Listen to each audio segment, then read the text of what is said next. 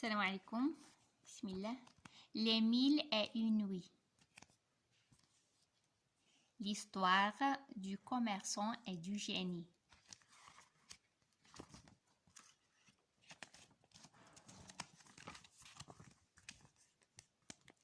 Shahrazad poursuivit. On rapporte au bon roi qu'un commerçant nommé Karim était un fils de bonne famille et sincère. Il venait en aide aux démunis et patientait avec son débiteur. Il fut réputé jusqu'en Inde et en Chine et représentait le meilleur modèle du commerçant musulman pieux. 3 de ses amis commerçants se réunirent après que leur marchandise fut invendue et décidèrent de le combattre secrètement. Un beau jour, une délégation de commerçants de Cham arriva et ils demandèrent à Karim d'importantes quantités de soie qu'il vendait particulièrement, ainsi que la possibilité de lui régler le quart du prix sur place et seulement 3 mois après.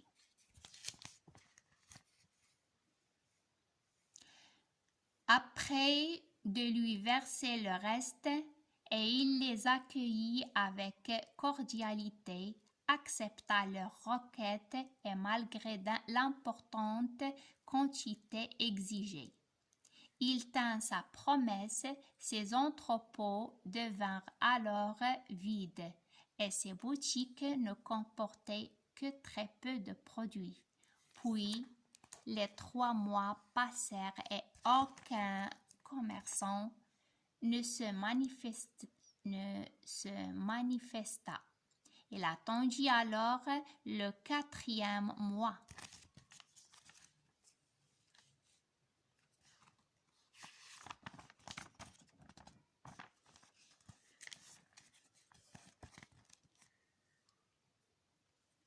Le 4e mois, puis le 5e, mais en vain, il décida alors de se rendre dans leur pays, le Cham, dont ils lui firent un descriptif. À son arrivée au Cham, Karim descendit chez l'un de ses amis parmi les commerçants du Cham comme invité. Et lorsque son ami lui divulgua les noms des commerçants et le lieu où ils se trouvaient, il s'étonna et lui dit « Je n'ai jamais entendu parler de ces noms. Quant au lieu, il est bien réel, mais il n'y a pas de commerçants. Certes, ils t'ont escroqué, mon ami, et t'ont volé. Tu aurais dû me questionner à leur sujet avant de leur donner quoi que ce soit. Qu'Allah te compense ce que tu as perdu par quelque chose de meilleur. » Karim fut attristé et sentit que tout était fini pour lui. Il pensa à ce moment aux dettes qu'il devait acquitter aux commerçants de l'Inde qui lui avaient fait confiance. Il n'avait pas d'échappatoire excepté de retourner chez lui et de réfléchir avec sa famille sur une éventuelle solution. À son retour,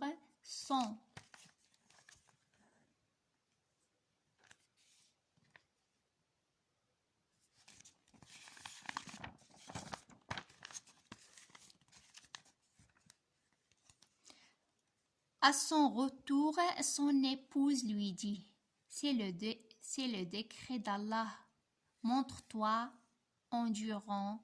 Allah te compensera très bientôt avec sa permission. » Ses enfants l'entretinrent de la même manière. Il garda alors le silence, sortit la nuit, entra dans sa boutique, ferma la porte derrière lui et s'assit dans l'obscurité afin que personne ne le vît et qu'il ne vît personne. Et soudain, alors qu'il était plongé dans une grande tristesse, il entendit une voix étrange qui secoua l'endroit avec force et qui lui dit: « J'ai la solution à tes problèmes. Tends ta main et prends cette couronne. » Karim tressaillit et demanda d'un ton apeuré: « Mais qui es-tu? Tu es un génie, n'est-ce pas? »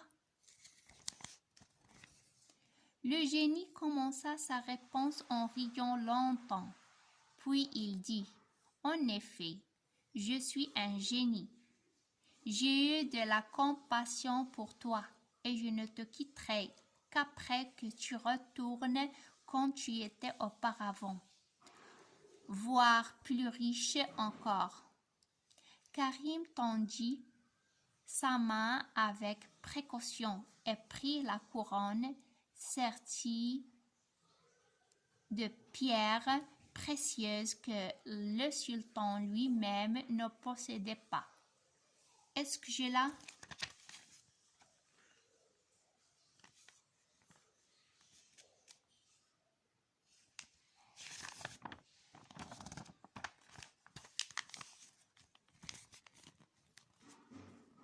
Est-ce que je la vendrai pour m'enrichir?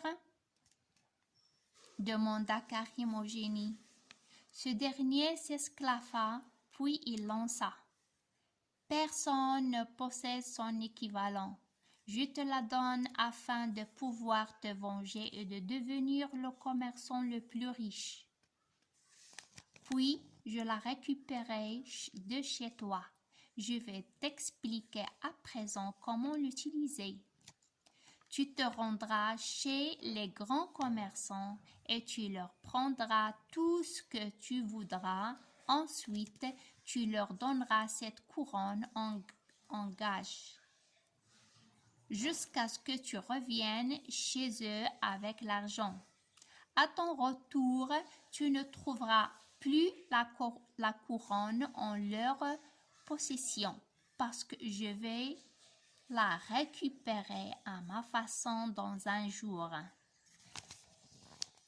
Puis tu réitères l'action une fois, puis une deuxième fois, et ce n'est qu'à la troisième fois que nous ne nous rencontrerons plus.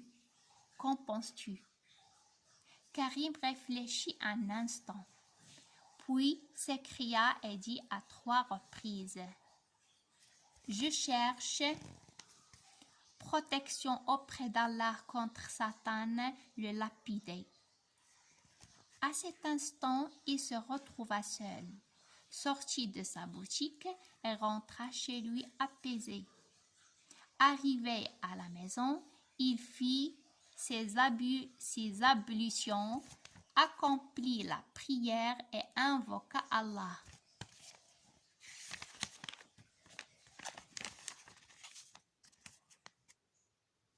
De dissiper sa peine. Puis il dit après avoir terminé la prière: « Comment oserais-je tromper les gens et les escroquer et leur faire goûter la même chose que je subis? Dois-je corriger l'erreur par l'erreur? » Puis il se rendit chez son épouse et ses enfants. Souriant, comme si de rien n'était, et s'adressa à son épouse: « Tu sais, mes 3 amis commerçants vont quitter la ville pour un voyage d'affaires qui durera 1 mois. Néanmoins, l'un d'eux a laissé son épouse malade. Je souhaiterais que tu te rendes chez elle et que tu te charges quotidiennement de toutes ces tâches ménagères jusqu'à ce qu'Allah la guérisse. » Son épouse se rendit comme convenu chez l'épouse malade du commerçant Mais peu de temps après, elle retourna chez son époux et dit d'un ton triste: Allons, Karim, fais venir un médecin, car même le bébé du commerçant est tombé malade et il est probable que sa mère lui ait transmis la maladie. Karim s'empressa et apporta le médecin qui se chargea de soigner le bébé et sa mère et finirent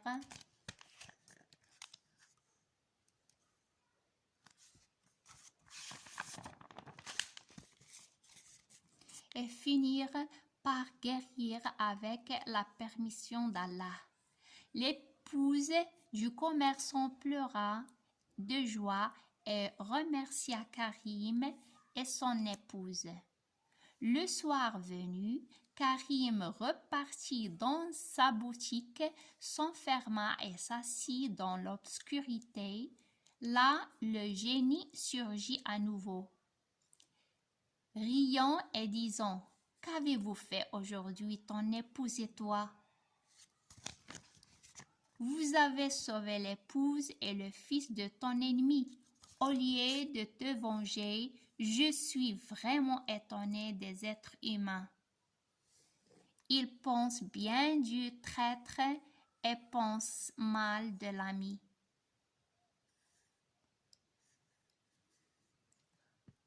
Prends ces clés et ouvre les dépôts de ceux que tu nommes tes 3 amis.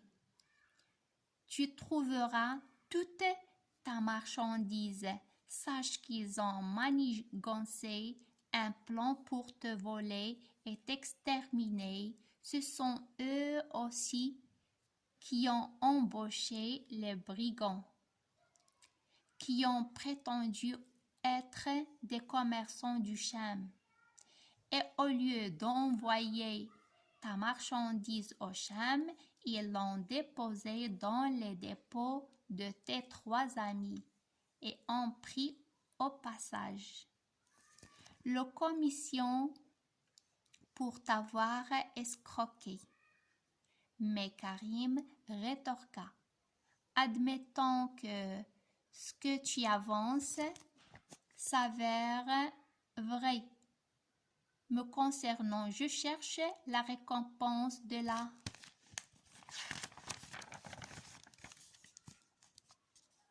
délivrance d'Allah et je suis certain que ce que mes amis ont fait n'est survenu qu'après que tu les as tentés et que tu leur as susurré le mal.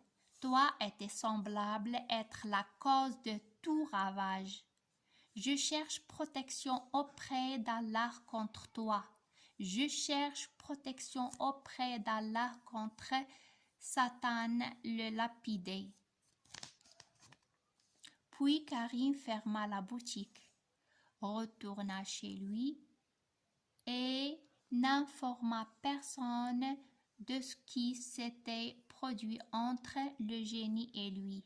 Mais il a seulement dit: Demain matin, rends-toi chez les épouses des commerçants, rassure-toi qu'elles vont bien et subviens à leurs besoins dans la mesure du possible.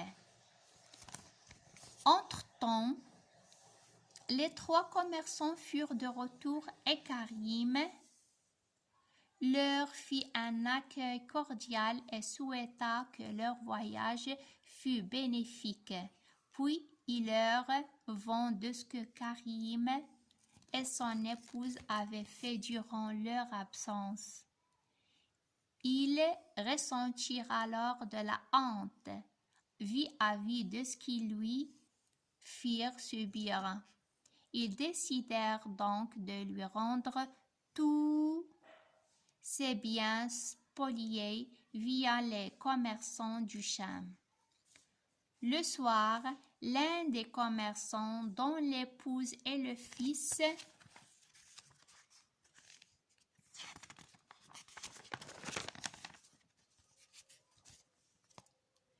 guérirent se rendit chez Karim et le remercia.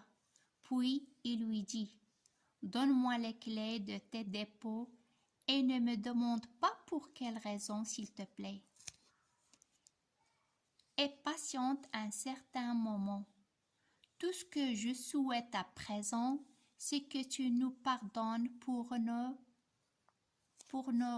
agissements. Tu es le mieux placé pour connaître le susurrement des diables parmi les djinns et les humains. Puis Karim se rendit dans les dépôts des commerçants et lorsqu'il vit la stupeur des gens au sujet de transfert des marchandises des dépôts de ce mouvement et ses nombreux employés, il leur dit alors qu'il se trouvait parmi les 3 commerçants. Nous avons tous décidé de nous unir et de fusionner nos marchandises, nos boutiques et nos dépôts. Les 3 commerçants se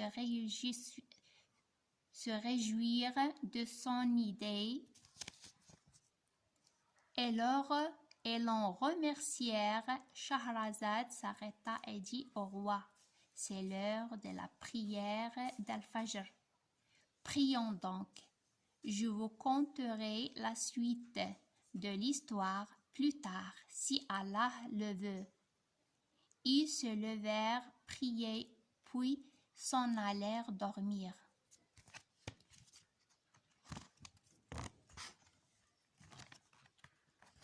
Et c'est fini. À la prochaine, Inch'Allah. Salam alaikum wa rahmatullahi wa barakatuh.